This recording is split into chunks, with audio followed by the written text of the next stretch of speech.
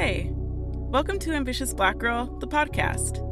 On this podcast, I dive deep and choose to be vulnerable about experiences I've had while I journey through life. As an ambitious Black woman, I feel it's my purpose to use my voice to celebrate, liberate, and educate myself and others. From time to time, I'll invite friends and family to join me on topics ranging from race, mental health, self-care, and so much more. So for now, take a deep breath in, exhale, and join me in thoughtful conversation. This is Ambitious Black Girl, the podcast. Welcome to our debut episode of Ambitious Black Girl, the podcast. Y'all, I am so excited to introduce to you our debut guest, my friend, model, and entrepreneur, Aamito Lagum. So let's get into how Aamito and I met. So we're going to backtrack to 2014 when Aamito wins Africa's Next Top Model. And FYI, y'all, that was the first and last Africa's Next Top Model. So Aamito wins. Part of her prize was to be relocated to New York City. And I believe if I wasn't the first makeup artist, I was probably the second makeup artist to collaborate with Aamito once she arrived. So Aamito and I met about 5 years ago this month, to be exact.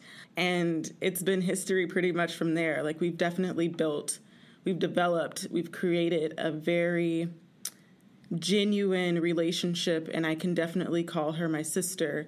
And I love having the relationship that I do with Aamito because Aamito really does bring out the ambitious, just powerful, confident woman in me. And I know that whenever I need to just circle back and have genuine conversation, she's definitely one of those go-tos. So I'm super honored. I'm so excited to have you here, Queen. Oh, thank you. Thank you so much. Such amazing words. I mean, just from the heart, right? Just like being real. Yeah, thank you. I really appreciate that. I feel like I have that with you as well. Genuine and very meaningful conversations and friendship. Yeah. So thank you for having me as your very first guest. Yeah, of course. Always. It's an honor. So Aamito, let me just kind of dive right into our episode, our conversation. Tell me, for you, what's your definition of ambitious and what makes you an ambitious Black girl? My definition of ambitious would be the determination to succeed and the fire inside someone, right?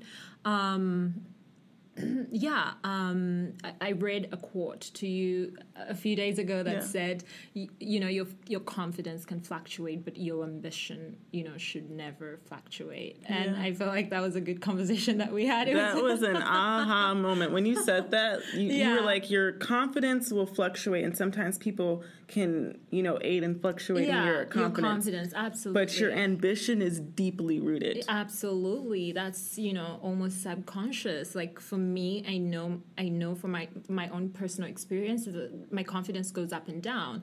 Sometimes I am confident, sometimes I'm not. Yeah. But I've always been an ambitious Black girl, right? Yeah, always. Always. And then you also asked what makes me an ambitious Black girl. And I think for me, it's the constant need to grow. I hate being in the same place year in, year out, I love growth, and that comes with change, and it's uncomfortable, but it gives you such a great, feeling afterwards. So, I love growth. And speaking of growth, in 5 years, you've grown so much, right? Absolutely. I want to move into your personal journey leading to this moment. Tell us about your story and what brought you to New York City all the way from Uganda. Well, in 2014, I won a continental competition in Africa. Actually, the competition didn't have auditions in Uganda, so I had to go by bus, which is absolutely crazy. How long was that bus ride? like 16 hours only. Only 16 hours, y'all. That is ambition at its finest. A dedication, for sure. Yeah, 16 hours only. So I traveled by bus. It was a night bus, and the audition was in the morning. So I arrived the morning of the audition, washed my face in a public bathroom, brushed my teeth, and went for the audition. But yeah, so that happened. And fast forward, here we are now. Fast forward, here we are, right? So one of the prizes of winning the competition was moving to New York City and getting signed to an agency here. So after Nairobi, the first part of the competition, I went to South Africa. The second part of the competition and the third part of the competition was in New York, and I won, and that's how I moved to New York. I love that. And that was journey. 5 years ago. Yeah. How do you feel about that? How are you feeling right now in this very moment? I feel fantastic. Growth, right? Constant growth. I feel like I'm not the same girl I was 5 years ago. And you can testify to that, right? Honey, can I? I've never at one point questioned your ability to do and to sustain yourself, by being here. Because we also have to think, you've been here 5 years, but this is your first 5 years in America from a different country. From a different country, different culture, different everything. Different continent. So, different continent. Wow. It's quite admirable. And I really just wanted to tap into, what are your passions? So I think one of my passions would be being aware of me as a person, as self, and my constant need to grow. I'm really, really passionate about that. How I react to different influences, that comes, with moving to America, like how I react to moving to a new country with new cultures, with new influences and all that kind of thing, and my constant sort of need to move forward, whatever way I define that, right? My second passion would be fairness. I'm really, really fiercely passionate about fairness and equality. One of the things that really warms my heart is empowering women and seeing young girls have education. I think it's only fair, right, for that to happen, and I talk about those things very fiercely and very passionately. I'm also really passionate about being fair to our environment, and that could be defined as climate change in our day-to-day language. But I feel like all these things that I'm passionate about, I've always been passionate about them from even before I moved to the US and before I could properly articulate. I know that you're very, very passionate about equality, climate change, fairness for women and for girls. And my question to you is, who or what is behind your ambition? Where does that stem from? That fire that keeps you going, where does that come from? I've shared this story with you, I think, the very, very first time I remember sort of that fire inside of me was when I was about 6 years old, and I had traveled to the village to visit my grandma. And, during those times, my grandma's house has lots of visitors, right? Because she had a bigger compound, lots of people would hold their meetings there and have discussions there about the community and whatnot, right? So during one of the meetings, one of the most important meetings that stood out for me was when, the guests came for this meeting, and the men would usually sit on chairs, the women would sit on the floor. But for this particular meeting, there was only one woman seated on the chair, right? So that stood out for me. I was like, oh, so women can sit on the chair as well, during these community gatherings, right?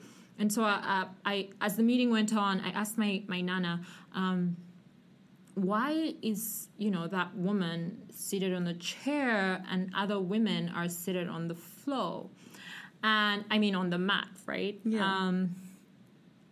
And my grandma was she said only 2 words. She said money talks, right? In my language. And how do you say that in your language? She said "Chene loro." Basically, you translate that as money talks. Like, basically, you can only sit on the chair if you have money, right? Yes. And one of the characteristics, or many of the characteristics of that particular woman who was sitting in the chair was like, she graduated, she finished school, she graduated, she had a stable job, she was able to be a part of the conversation on the table. And another thing that stood out for me during that meeting was when the women who were sitting on the mat tried to sort of voice their opinion and contribute towards that meeting, the men would shut them up. So one woman put up her hand and she tried to say something, and one of the guys was like, shut up, shush, right? Like, whatever you're going to say is not important type of,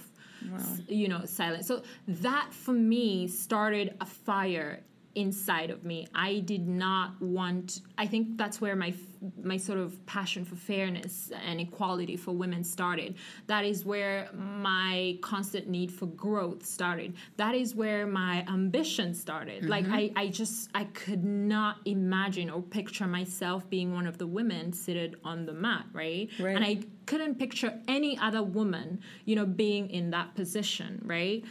Yeah, that is where I remember very clearly. That is where it all started. I was 6 years old, and that happened, and that changed my life completely. That is very powerful, that story, y'all. Yeah. Listen, I think it's interesting that at 6 years old, one, as children, we are exposed to so much, and we can easily be influenced, by our parents, by our environments.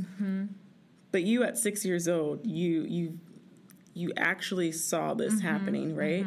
And you were able to, right then and there, choose. Decide, decide, free will as to what direction you wanted to go in. Absolutely. And in your spirit, you knew that you wanted to be one of those change makers, right? I wanted to sit at the table. I wanted to have a chair. I didn't want to be shut up if I tried to make a point. And the interesting thing was, like, before, the previous meetings that my grandma would have at her place, like, all the women would sit on the mat. And so I didn't think it was actually possible for a woman to sit on the chair, like, I didn't think it was possible until I saw this particular woman. And that's why I asked, what does this woman do? Like, how come she is seated on a chair with the rest of the men, right? Yeah. So from that day, I knew, okay, this is possible. That means I can also be a part of, a part of making change, a part of creating change, like, be a part of the people who sit at the table and make decisions. And And I love that you say that, because it brings me to my next question in regards to representation and just giving back, right? At 6 years old, you were visually able, like I said, to see this happen. Representation does matter. So why is it so important for you to give back and to be seated at at a table, or to create the table for younger girls? Because I saw that the woman, going back to my story, because I saw that this woman who was sitting in the chair was able to voice her opinions, and everyone listened to her. The men listened to her especially, right? They looked at her in the eye, they gave her due respect, and they listened to whatever that she was saying, right? I think it's quite important for me to give back so that we have a community that listens to each other, right? As opposed to some people are important, others are not, right? Yeah. Everyone's story is important. Everyone's opinion is important. Yeah. Everyone brings something valuable to the table. And so sort of creating an environment where everyone has that equal opportunity to bring something to the table is really important to me. I love that. This actually just sparked a quote. I'm quoting you on this. Value does not beg. Can you elaborate on that? Basically, value does not beg. You have to understand what you bring. What is it that you offer, right? And when you understand that, you will put it on the table and have this sort of take it or leave it kind of attitude, Absolutely. I guess. I think you gain even more respect with that sort of like attitude. Yeah. Absolutely. I love that. Very powerful, Queen. Very powerful. Yeah. Because I even remember you saying that if they don't respect you, if you bring this value to the table and they don't respect you, you said create your own table. Yeah, create your own table. Go create your own table. There's space for everyone. If you're not getting the respect that you deserve, if your value is not being sort of seen and respected and being received in positive light, create your own table, right? Your soul tribe will find you. I believe in that. Yeah, absolutely. They will absolutely find you. Yeah, I'm excited to get into, because I know that you're very big on law of attraction. Yes. But before we get into that, my question to you in regards to just having that confidence and that ambition, that drive, I know that you have some type of spiritual practices that you keep that help to keep you laser focused and grounded. Can you elaborate on? Yeah. Recently, I read a quote somewhere that said an egg cracks out from the pressure inside, not from the pressure outside. Ooh. And when it cracks from the pressure outside, it gets destroyed. But when it cracks from the pressure inside, something valuable comes out of it. I don't know. Can one more time just for our listeners? Let's hear that one more time. I don't remember. I don't remember the exact quote, but it was something to do with an egg cracking from the pressure inside. And when that happens, something beautiful comes out, right? Like life begins, right, when it cracks from inside. Yes. But life ends when the egg cracks from outside, right? Yeah. Yes. Right? Absolutely. So I think it is very important in terms of my spirituality. It's very important to go inside and sort of have that peace, that calm, that confidence, that ambition from inside, so that when anything outside happens, you cannot crack, right? Yeah. So it's nice to like sort of, I do, for example, I meditate a lot because I know it calms my mind. It gives me confidence. It just gives me clarity. And I feel like when you have clarity, you know the direction that you're taking. And when you know the direction you're taking, you can easily be able to walk towards that direction, right? Right. And so meditation gives me clarity, and it calms my mind, and therefore anything, that is distracting that happens from the outside rarely affects me. Tell me, what type of meditation practices? What does meditation sound like, feel like for you? For me, it's basically quieting my mind. At least for 20 minutes a day, okay. I just go inside and just quiet my mind and listen and stay quiet and be in a space where I'm able to receive whatever that I can receive, right? Yes. And so being able to quiet your mind and sort of develop that confidence from inside does help me a lot. So I know that meditation helps you to just get grounded. Like you said, you're in this place of stillness and oneness with yourself, and you can better... Yeah. You can discern, right? Yes. When you're not confused, when you're not cluttered. So absolutely. Meditation declutters you, and you sort of have that oneness with yourself. You're very aligned. You're in sync with your innermost thoughts because you've actually been quiet long enough to be able to listen to those thoughts, right? Absolutely. So, yeah. And I know that you're definitely an advocate, a believer of law of attraction. Can you elaborate on that? I just believe feel good equals more feel good. Feel bad equals more feel bad. So it all starts with the feeling. For me, law of attraction simply means if you feel positive, you attract positive in your life. So I kind of just wanted to wrap our conversation up by asking, knowing where you are now and how far you've come and where you intend to go, do you have any valuable wisdom that you want to share with our community, with our sisterhood? Wisdom. number one, set great boundaries, not for anyone, but for yourself. I think that has helped me through life. That has helped me with communication, and communication is one of the most important tools in our life, right? Yeah. So I feel like when you set boundaries, you have mutual respect, right? Yes. From either party. One other thing is that define what you want. Like, ask yourself, what do I want? If everything was to go away, if I had no fear, if I had no obstacles, what is it that I would want? Yeah.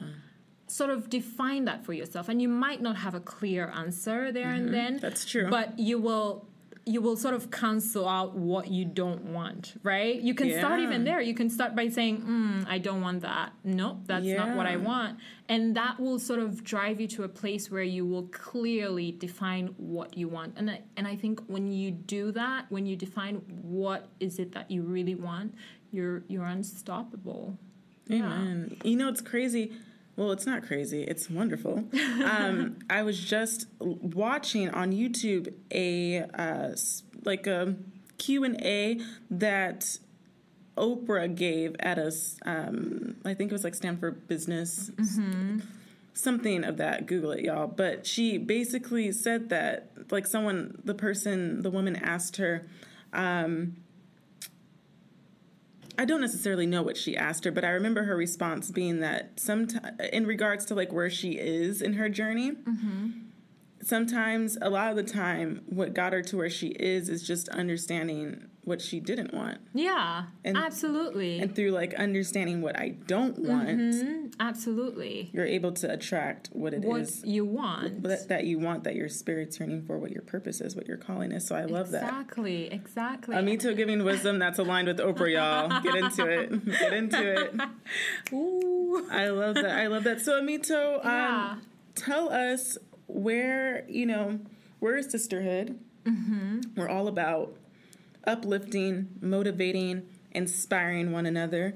So for any ambitious Black girls, women that want to connect with you or just follow your journey, where can we find you? Well, I'm on Instagram and with Aamito Lagum, so it's AAMITO LAGUM, super simple, and Twitter the same, Facebook the same. Okay. I'm also on YouTube. I actually just started a YouTube channel recently. Yes. And one of my first series is Model Off Duty. And I just started the series so I could connect with, fellow fashion models on a human level. I feel like we meet backstage at this glamorous events and we don't really get to know who we are as people and the depth, that we bring into the world. Absolutely. And so I've done a few episodes that are really beautiful and had really deep conversations with fellow models, and it's been those conversations are really wonderful, and it's nice to see them in this like human and just down to earth and beautiful perspective. So please check that out when you get a minute, and comment, because I really love like reading comments and replying. Aamito's so great for that, y'all. So reach out. You heard her. You can find her at Aamito Lagum on Instagram and Twitter. Yes. And she just started her new YouTube channel, Model Off Duty. Yeah. So please tune into that. We're all about supporting and uplifting each other. And I just really wanted to thank you. Thank you so much for sharing your knowledge, yourself, your story, your journey with myself and our listeners. Thank you for having me. Yeah, I appreciate you. Thank you. Me too.